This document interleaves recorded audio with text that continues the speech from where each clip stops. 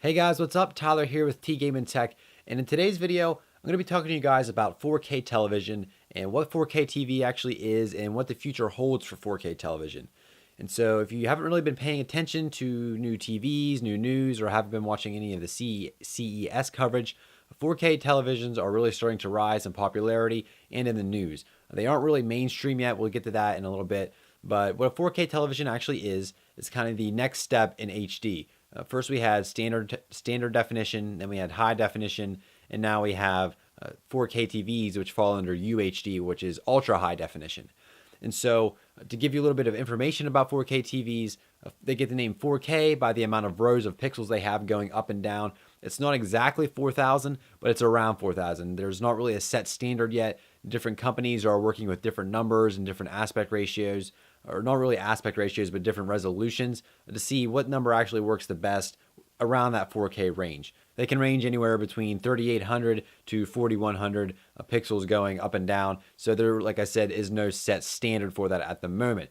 And so the long ways, it'll be different as well. The horizontal amount of pixels going like this, depended on the actual or vertical amount of pixels. And so to give you a little bit of backstory about other televisions, a standard definition is not HD, and then we get to HD, which was 1280 by 720. That was kind of the lower standard of HD. Then full HD was 1920 by 1080, and these are pixels, 1920 pixels by 1080 pixels. And now these UHD 4K TVs are the step up from that. And so we're definitely moving up in the world of HD. And so I think they're really the next step in HD television. And now somewhere in the mix of all these TVs, 3D TVs evolved. Kind of really after the 1080p HD TV was out, the next big thing was 3D HD TV. And now I made a video a while back talking about holographic television, and now I think that's going to be the next major thing, and how 3D TV is kind of going to fall to the side because it was more of a gimmick. And I still think that. I still think 3D television is a gimmick. It's not going to be mainstream. It's not going to be adapted to major households across the world. I just think it's a gimmick, and I don't think there's really any future in it. And so if I were to give a timeline, I'd say there's standard definition, there is 720p HD, 1080p HD, and then a subset of that below it would be 3D TV, because it's not really in the main timeline of TVs, in my opinion. And then from 1080p, we go to 4K, and then 4K, don't really know what's going to be next after that. And then I'm going to think holographic TV is going to come after the next step after 4K TV. I know that's like a lot of different TVs, but I don't think holographic development's right there. I did a video on that a while ago. You can check that out if you can find it on my channel. I'll see if I can post a link in the description below. But I think holographic television is somewhere in the future, but I really think 4K TV is the next major step, and 3D TV has taken a step backwards.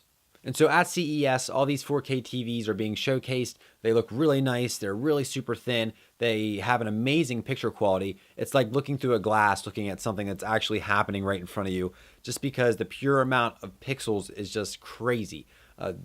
4,000 pixels going down is probably 5,000 or 6,000 pixels going across. I don't know the exact math. I can't do it in my head at the moment on the fly. And so that's just a lot of pixels. If you multiply it by whatever, it's like a lot of pixels. Now your pixels per inch is something different. On something like a cell phone, you have a larger amount of pixels per inch because the screen is relatively close to your face. Now something like a desktop monitor has less pixels per inch because it's not close to your face. You don't see all of those pixels. And then an HD TV has even less pixels per inch, under 100 pixels per inch. And cell phones have like maybe around 300 to 400. And so these new 4K TVs are going to have more than the standard or the high definition TVs now do, but still less than cell phones. You're going to have around the pixels per inch of a desktop. And now personally, I don't think you're going to be able to tell much of a difference because you don't sit like this close, usually not this close to an HD TV when you're watching television. Mine's up here. I usually don't sit that close to it at all. And so to find more about pixels per inch, you can research that a little bit into how that works. But basically, the closer the device is, the more pixels per inch you want to have. That way you can't see each individual pixel. And so, like I said, they're featured at CES. Really nice looking, really thin. Now, there's one big major thing that I have a problem with 4K TVs, and that is the price. They cost as much as a new car. And I don't know anybody, at least personally, I don't know anybody that's going to spend as much as they would on a car on a television. Now, some people might say, hey, whatever, you're going to buy a 4K TV, no big deal. Personally, that's not me. I'm not going to be buying a 4K TV anytime soon. Now we know in the future that the cost of them will go down, the actual price of them will go down, because I think it's a 26-inch 720p TV. When I first got it, it cost $320, $350, and if you'd buy it now, it's probably 150, 200 bucks.